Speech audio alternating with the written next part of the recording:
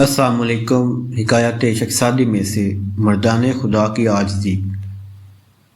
ایک مرد حق آگاہ عقل مند شخص کا ایک بے دین بدمست نے گربان پکڑ لیا۔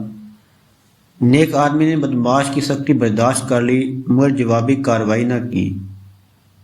ایک شخص نے اس اللہ والے سے کہا، یہ کیا نامردی ہے کہ اس کو تو نے کوئی جواب بھی نہ دیا۔ بزرگ نے جواب دیا، اس طرح کے شخص کو جواب دینا تو احمقوں کا کام ہے، بھلا میں ایک چوہے پہ ایٹم بم کو کیوں ضائع کروں۔ عقل مند کو اچھا نہیں لگتا کہ ایک گھٹیا شخص کے گریبان پہ ہاتھ ڈالتا پھرے۔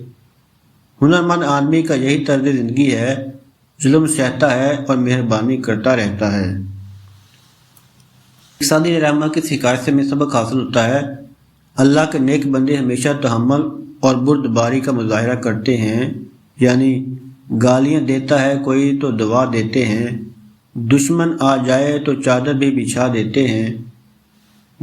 ہمارے نبی اکرم صلی اللہ علیہ وآلہ وسلم کے ساتھ کافروں نے طائف کے بازاروں میں کیسا سلوک کیا اور مکے کے کافروں نے کس طرح آپ کو اور آپ کے جانثار صحابہ کو تنگ کیا، مگر آپ ہمیشہ ان کے لیے اللہ تعالیٰ سے یوں دعا کرتے، اے اللہ میری قوم کو ہدایت عطا فرما کیونکہ یہ جانتے نہیں ہیں۔